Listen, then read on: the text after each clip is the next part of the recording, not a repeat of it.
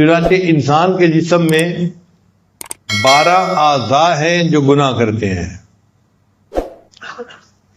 2 ہاتھ، 2 پاؤں، 4 ہو گئے، 2 آنکھیں اور 2 کان.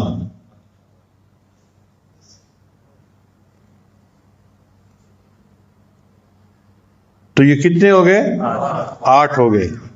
اور 4 اعضاء اور ہیں، دماغ، زبان، دل اور شرمگاہ. تو کل اعضاء کتنے ہوئے؟ تو 12 اعضاء ہیں جو گناہ کرتے ہیں. اور اگر ہم کلمہ طیبہ کو دیکھیں تو لا الہ الا اللہ کے 12 حروف بنتے ہیں. 2 حرف لا کے، 3 حرف الہ کے تو 5 ہو گئے، اور اللہ کے پھر 3 حرف ہو گئے تو 5 اور 3 8، اور اللہ کے 4 حرف ہوتے ہیں، 8 اور 4 12. تو 12 حروف لا الہ الا اللہ کے اور 12 اعضاء ہیں جو گناہ کرتے ہیں. لہذا جو بندہ لا الہ الا اللہ کی کثرت کرے گا، اللہ 12 اعضاء سے کیے ہوئے گناہوں کو معاف فرما دے گا. بعض علماء نے لکھا کہ نہیں، سال کے 12 مہینے ہوتے ہیں، لہذا جو بندہ لا الہ الا اللہ کا ذکر کثرت کے ساتھ کرتا ہے، اللہ تعالیٰ پورے سال میں کیے ہوئے گناہوں کو معاف فرما دیتے ہیں. بعض علماء نے لکھا کہ جہنم کے 7 دروازے ہیں، لہا 7 ابواب قرآن مجید میں ہے. اور کلمے کے بھی 7 الفاظ ہیں، لا الہ الا اللہ 4 لفظ یہ ہو گئے، محمد الرسول اللہ 3 یہ ہو گئے، 4 اور 3. تو جو بندہ لا الہ الا اللہ محمد الرسول اللہ پڑھ لے گا تو ان 7 الفاظ کے بدلے اللہ اس کے لیے 7 جنت کے دروازوں کو کھول دیں گے اور جہنم کے 7 دروازوں کو بند فرما دیں گے.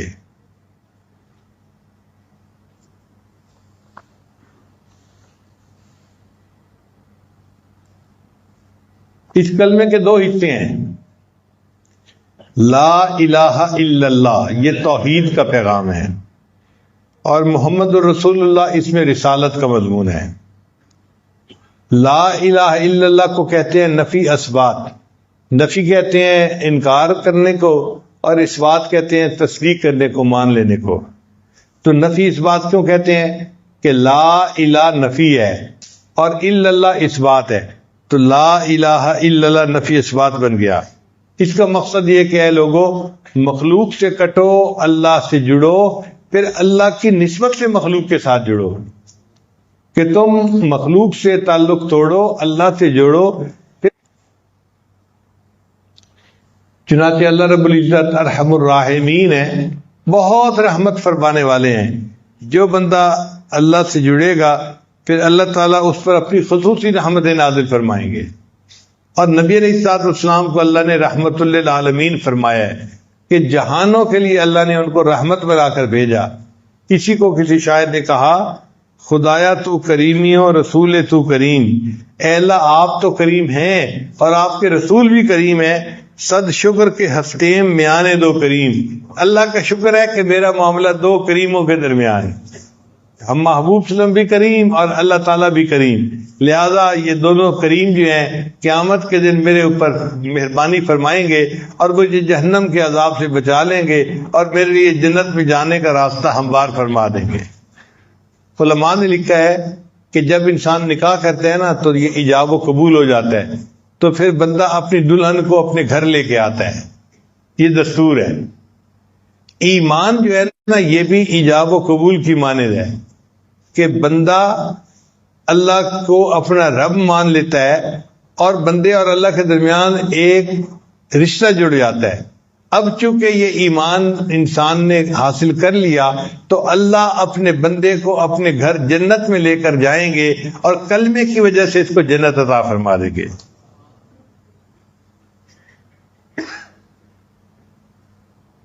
اللہ تعالیٰ بہت کریم ہے، بندے کے گناہوں کو معاف کرنے والے ہیں.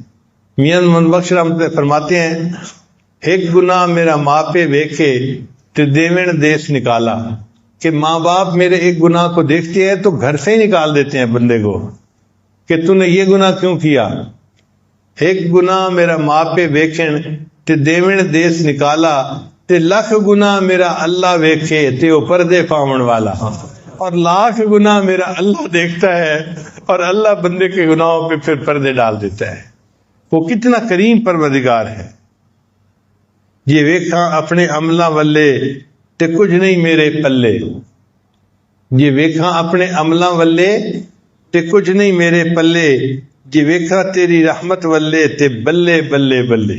اے اللہ اگر آپ کی رحمت کی طرف دیکھیں تو پھر اس رحمت کا تو کوئی کنارہ ہی نہیں، اس رحمت کا تو کوئی ٹھکانہ ہی نہیں، اور قیامت کے دن اللہ اپنی بھرپور رحمت کا اظہار فرمائیں گے۔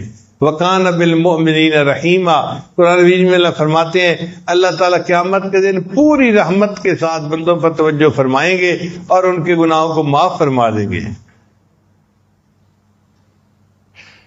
اس لیے ایک بزرگ فرماتے تھے مولا جتنی بڑی تیری ذات اتنی بڑی میری آس، مولا جتنی بڑی تیری ذات اتنی بڑی میری امید بھی تو اس سے اتنی ہی بڑی ہے کہ تم مہربانی فرما دے گا اور گناہوں کو معاف فرما دے گا۔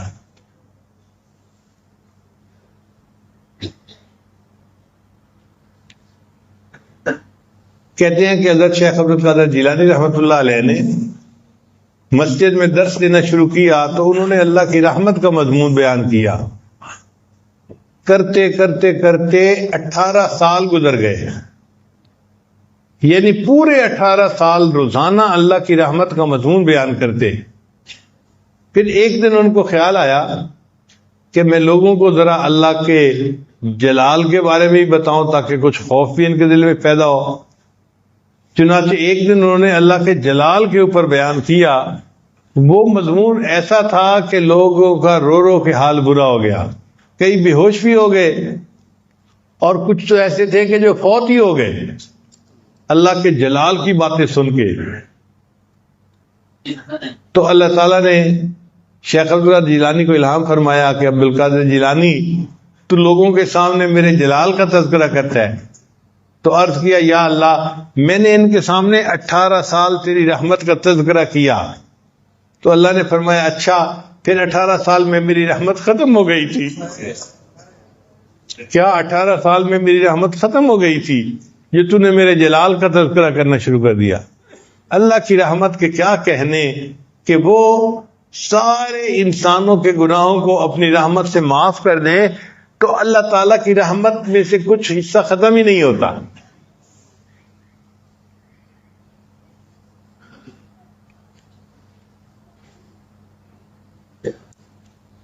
نبی علیہ السلام نے کیلولہ فرمایا، کیلولہ کہتے ہیں دوپہر کے وقت جو تھوڑی دیر کے لیے انسان لیٹتا ہے، تو کیلولہ فرمانے کے بعد نبی صاحب اٹھ کر بیٹھ گئے تو قبیلہ بنو غفار کے سردار تھے، ان کا نام تھا ابو ذر غفاری، وہ نبی علیہ السلام کی زیارت کے لیے آئے۔ تو نبی علیہ السلام نے فرمایا ابو ذر میرے پاس جبریل علیہ السلام آئے تھے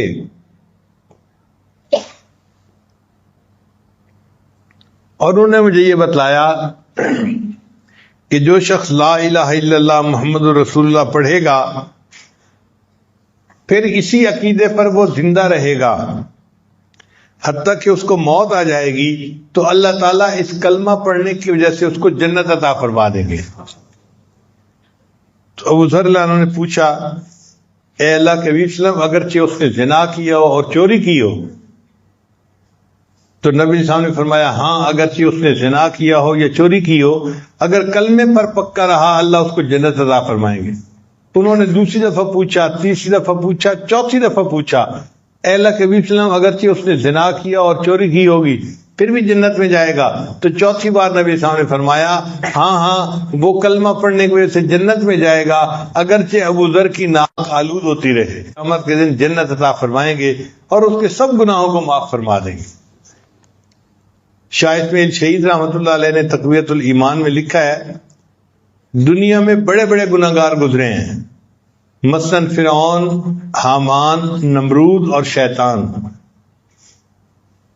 اگر کوئی شخص ساری دنیا کے گناہ کرے مگر توحید پر قائم رہے تو اس کے سب گناہوں کی بخشش پھر بھی ممکن ہے۔ کوئی بندہ ساری دنیا کے گناہ کر بیٹھے مگر توحید کے اوپر پکا رہے کہ اللہ کے ساتھ کسی کو شریک نہ کرتا ہو، تو اللہ اس کے اتنے گناہوں کو بھی معاف فرما دیں گے۔ حضرت مجدد ثانی رحمۃ اللہ اپنے مکتوبات میں لکھتے ہیں، اگر ایک دفعہ کلمہ پڑھنے پر اللہ تعالیٰ تمام عالم کے گناہوں کو معاف کر دیں تو بھی گنجائش رکھتا ہے۔ ایک دفعہ کلمہ پڑھنے پر، یعنی اگر کسی بندے نے ایک دفعہ کلمہ پڑھا لا الہ الا اللہ محمد الرسول اللہ، تو ایک دفعہ کلمہ پڑھنے پر اللہ تعالیٰ ساری مخلوق کے سب گناہوں کو معاف کر دیں تو بھی گنجائش رکھتا ہے۔ آپ سوچئے یہ کلمہ اللہ کے ہاں کتنا پسندیدہ ہے۔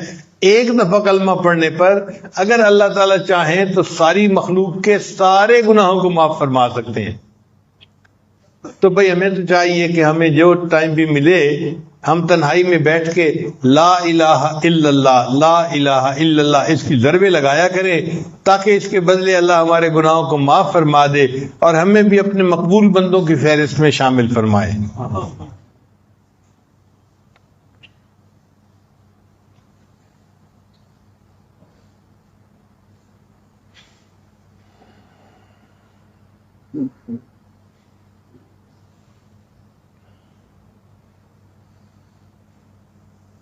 بناؤں گا اپنے نفس سے سرکش تو اب تو یا رب غلام تیرا، میں چھوڑ کر کاروبار سارے کروں گا ہر وقت کام تیرا۔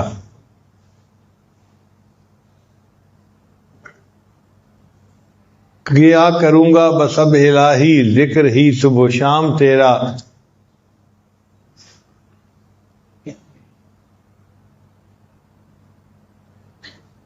کوئی رہے گا نہ ذکر لب پر، رہے گا ہر وقت نام تیرا۔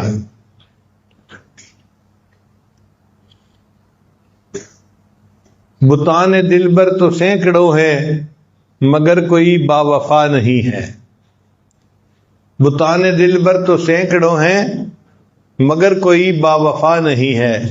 ودود اور لائق محبت فقط ہے تو دوسرا نہیں ہے۔ کوئی تیرے ذکر کے برابر مزے کی شے اے خدا نہیں ہے۔ مزے کی چیزیں تو ہیں ہزاروں کسی میں ایسا مزہ نہیں ہے۔ اب تو رہے گا تادم آخر ورد زباں اے میرے الہ لا الہ الا اللہ لا الہ الا اللہ۔ رہا میں دن رات غفلتوں میں ابس یوں ہی زندگی گزاری۔ کیا نہ کچھ کام آخرت کا کٹی گناہوں میں عمر ساری۔ بہت دنوں میں نے سرکشی کی مگر ہے اب سخت شرم ساری۔ میں سر جھکاتا ہوں میرے مولا میں توبہ کرتا ہوں میرے باری۔ کروں گا ہر وقت ہے میرے باری اللہ اللہ اللہ اللہ۔ تو انسان ہر وقت لا الہ الا اللہ کا ذکر کرتا رہے تاکہ اللہ رب العزت راضی ہو جائیں اور اللہ ہمارے سب گناہوں کو معاف فرما دے۔ دعا ہے اس محفل کے ختم ہونے سے پہلے پہلے اللہ ہم پر رحمت کی ایک نظر فرما دے اور جتنے ہمارے گناہ ہیں اللہ سب کو معاف فرما دے، بلکہ سب کو نیکیوں میں تبدیل فرما دے۔ اللہ کے لیے یہ کام کوئی مشکل نہیں۔